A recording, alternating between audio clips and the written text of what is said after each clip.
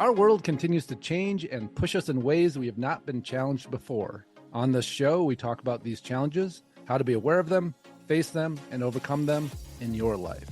This is David Waldas, creator of the Aligned Living System. And I'm Nick Musica, Aligned Living Coach. Welcome to the Aligned Living System podcast.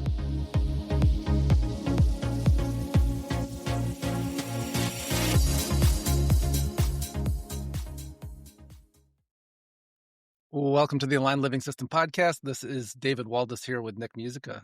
Our topic today, how to put away your sword. And Nick and I were just chatting and got into all kinds of conversations about our lives, as we always do. And they were like, oh, we better come up with a topic for our podcast today. And, we were kind of running through some stuff that we've been talking about, and it just wasn't resonating. And so I got this really clever idea to stop, tap in, and ask for guidance. And what I was shown was the idea of sheathing our sword. The idea of, a lot of us, particularly those of us that are sensitive, have felt like we've need to navigate the world as warriors. And those of us that are, in that high performance place of like really wanting to make a big impact, really wanting to get whatever's in us out into the world to create transformation, male or female, like we tend to be warriors in it. Not always, but even if it's just a smaller element of you, that idea of I need to go fight the world as if there's something out there resisting us, as if there's something out there trying to hold us back that we need to break through, that we need to overcome, versus the idea of really settling into our power. When we're talking about kingship or queenship, the idea of I'm really clear about who I am, I'm really clear about what I offer, I'm really clear about how I show up. And it's not about me battling something else that I perceive as resisting me bringing myself or my energy or my mission to the world. It's about me bringing myself, my energy, and my mission to the world. And that comes from our core out. It's interesting. We've talked about the threshold too, of being above that threshold where we're in our alignment, or below the threshold where we're not. And that place where we align our will with the organizing energy of the universe above the threshold, right? That's all forward movement. That's that king energy. Aligning ourselves with our ego and being below the threshold and fighting against everything, that's that warrior energy. And we need that component in us. We need to be able to hold our power. But when that is our go-to, when that is, fighting for our purpose as opposed to holding our purpose, it changes our dynamics of everything. It changes the way we're received. It changes the way people interact with us. It changes the way we look at the world. And so, yeah, that's our topic today. Good morning, Nick. How are you? David. Great. Did I just change the topic a bit? It's funny because we were talking about like, what are we going to talk about? And I'm like, oh, let me do the intro. And then you're like, what the hell are we talking about? Yeah. I think it's on topic. I think it's what we agreed to 2 minutes ago. Yeah. I mean, as you were chatting, I was just imagining like, so where does that, the old, salvaging any old piece of those old things that used to, the warrior, for example, because there's like, sometimes you need to grab some pieces of the past to bring them forward, but without that emotional charge, but there was traits that are helpful. Yeah. Like it's putting away this sword, but not necessarily the warrior spirit. One has to come out to play sometimes, because there's a motivating factor in there. There's a pushing through some things that may be obstacles, but in a slightly different way. Yeah. It's funny. That reminds me of, I was just seeing this vision. This was probably, I don't even know, 15, 20 years ago. I had done a shamanic journeying where I went, where they drum and it puts you into altered state of consciousness. And then you go into the earth and you have like calling a power animal, and the power animal takes you on this journey. And, I actually used to teach that for a long time too. But when I was first being introduced to this, I went to this woman who did the shamanic work. And in that journey, it was either hawk or eagle showed up. And the first thing that they did was showed me their talons. And they said, these talons, you have talons too, but we don't need to use them. We just very often, like if it's time to eat, use them for that, but we don't need to use them very often to defend ourselves. We just simply need to have them. And by having them, by brandishing them, by having that aspect of ourselves alive and present with us, it doesn't need to be utilized. And so, like, this feels very much that same energy. Like, what is the warrior energy? The warrior energy is a capability. The warrior energy is a stability inside of us that can handle itself, that isn't going to get pushed around, that, can take action if needed. And once that's present, it doesn't need to take action, or very seldom. It's a very rare occurrence. But when we go, I'm in my warrior, we're out looking for skirmishes. We're out looking for battles to fight. We're out looking for opposition, as opposed to claiming our kingdom or queendom, bringing that energy, being really clear about who we are, not fighting the border skirmishes, but maintaining order and peace in our kingdom, in our queendom. Yeah. And when we do that, it's a whole different energy, because now we're organized. Now there's a structure to it. We're not out just looking for anybody that's in opposition to us to go set shit straight. Like, shit is already set straight. That's how shit is, because this is how I am, and I'm stabilized. And if it gets sideways, I can handle myself, but I'm not out handling everybody else. I'm stabilizing myself. Yeah. So capacities, competencies, but not the operating system of, is what I'm hearing. It's available if you need it. It's interesting. We often use a Harrison preference inventory, which is if you haven't heard us talk about it before, it's basically a instrument for how we behave based on what we prefer and don't prefer. And one of the things that we look at in there is our extremes, like something that's like a high 9 score is something that we just can't help but do, right? And so if somebody has like a high 9 score for warmth and empathy, like, they just have to use that. If they have one for not bluntness, but what's the other term on their frankness, right? Like, they just can't not be frank. Like, it's just the obvious thing if it's available.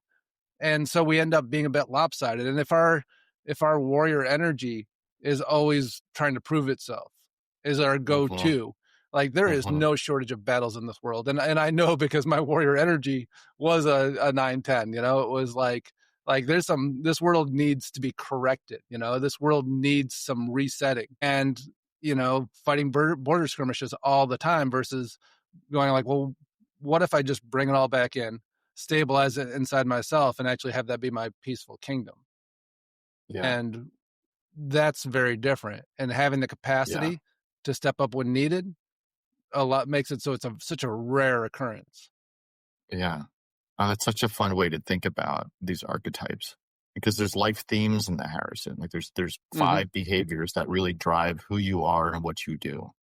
Yeah. And what you're saying is, I was a 9 in a warrior, on a scale of 2 to 10. 10 being 9. Yeah. My preference. And there's different blocks in the Harrison for life themes, and then strongly preferred, and then acceptable areas, and then I choose not to do these things, right? Different labels. And then the avoidant aspect, right? If your warrior is like, a 2, right? And you're like, anything I can do to not have to be the warrior, like, I'll do that. And so then we end up avoiding it. And again, now we don't have a kingdom, because it's just belongs to everybody else, because we don't know how to defend it, how to hold our own. The opposite scale is closer to 10 is an attachment, and the closer to 2 is an avoidance. Yeah, overuse and avoidance are the 2, right?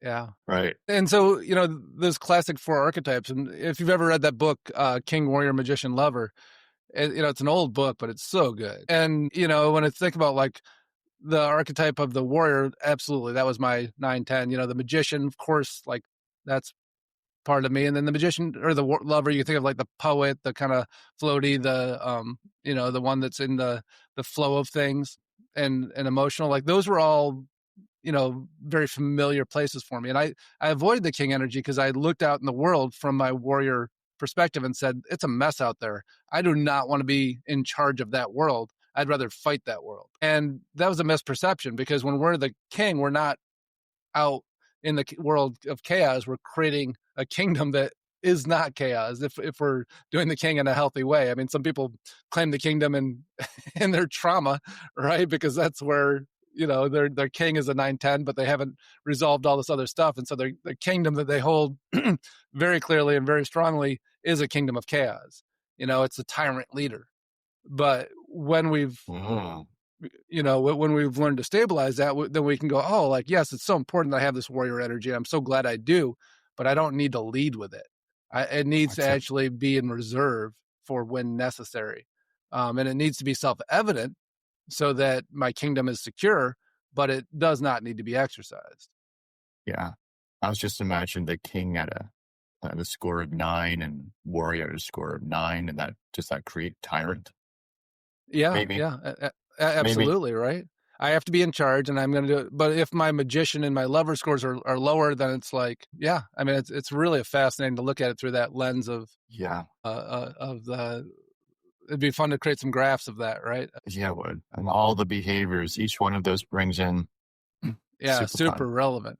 And so when you're looking at your own life, like if people are listening, it's a really interesting piece of how much do I feel like I'm bringing stability to my world and everything around it? How much do I feel like I'm out battling it? How much do I feel like I'm in this dreamy, lover energy? And how much do I feel like I'm in this magician and the magician, of course, like I even have a tattoo of the magician card on my arm, right? It's like I've often seen myself that way, is the ability to bring through and channel, like, of course. But again, if you can't hold it and stabilize it, what good is that? And if you can't have that warrior that's strong enough inside you that it's going to defend the borders, meaning simply by going, yeah, don't mess with that. And when I think about it, it's funny when I'm places that are a little sketchy and I'm walking around, that idea of, I need to, like, that warrior energy needs to be present because now I know I'm not a mark, right? And if somebody's looking for a mark, somebody to, to mug or to whatever, like, they're scanning people and going, not that person, not that person, not that. There's my mark. And, there's something there about when we hold our energy, even if we have this huge kingdom that could be really alluring to people that, are looking for a kingdom to take over or something to topple or something to bring their warrior energy to. Like, our warrior energy has to be strong enough to make us not the mark, to make us not the person that's going to be attacked.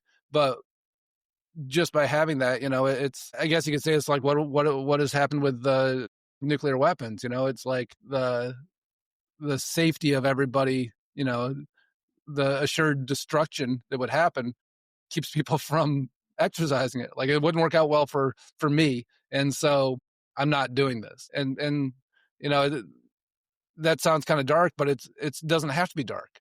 It's simply an energy you're holding inside yourself that says, yeah, I'm very in touch with my warrior, and my sword can stay in its sheath, but it can be drawn out if needed. Available, also not the first go-to. No, absolutely. And it's self-evident, right? Well, you don't look at, any other country that has nuclear weapons and go, like, we're very aware when we're interacting with them that they have capabilities that could, and who doesn't, right? And those countries are negotiated with very differently. That's true. We can see it happening today. Yeah. And so, what does that look like inside of us? And it doesn't need to even be a battle. It doesn't need to be something that's moving around or we're conscious of. It's about developing the wholeness of self and healing our overuse of old, archetypes in this case, and healing the underuse, and my king was an avoidant, right? Like, I'm like, I don't want to be in charge of this. Like, I want to just go live my life, and I want to walk around as a warrior. And if anybody messes with me, I can take care of it. But I have no interest in being a kingdom. But because I have no kingdom, I'm always, where am I? Well, and so without that stability, without that sense of, I actually want to be really in charge of what I'm creating, and the stabilization of that, now there's something for all the pieces to fit together. Because a warrior that doesn't have a kingdom, they're just always on somebody else's land. There's nothing they've claimed.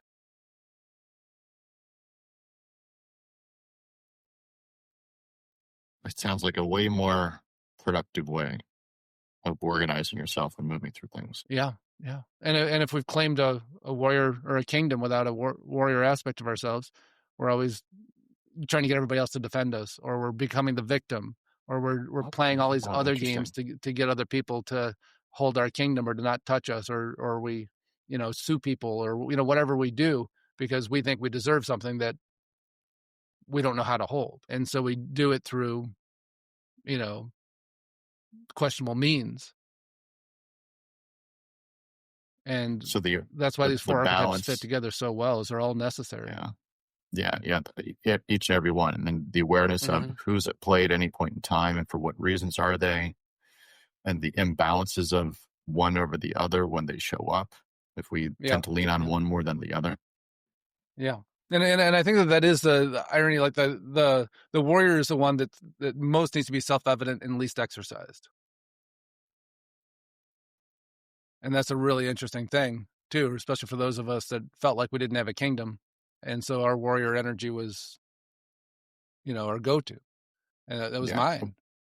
What's this is a book, yes, that has these Warrior, King, Magician, Lover. Yeah, it's a classic book. It's from the 90s. Or around.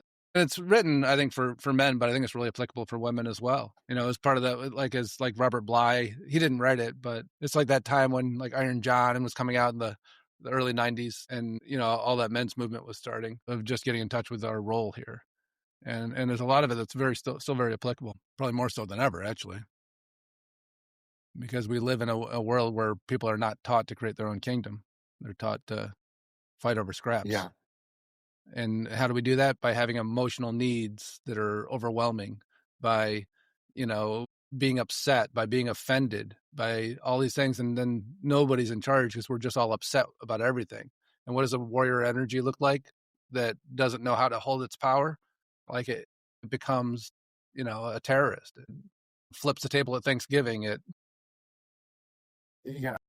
does passive aggressive things. It starts fights. It tells on people. It reports people. It's the Karen. It's all those things. So we just watched Daddy's Home #2 last night. Have you seen this? I haven't, but I think that, talk about king energy, right? But he's also like his mixture of king and warrior. And I've only seen the first one, but Mark Wahlberg, it just cracks me up. Like, I love watching how he holds his king energy and how quickly he'll flip to warrior. Yeah. But he often doesn't have to flip to warrior because his king energy is so strong.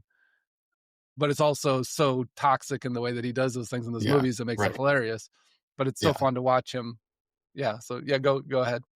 Yeah, and so that it's sort of the manifestation of these archetypes that you're talking about, and in Daddy too.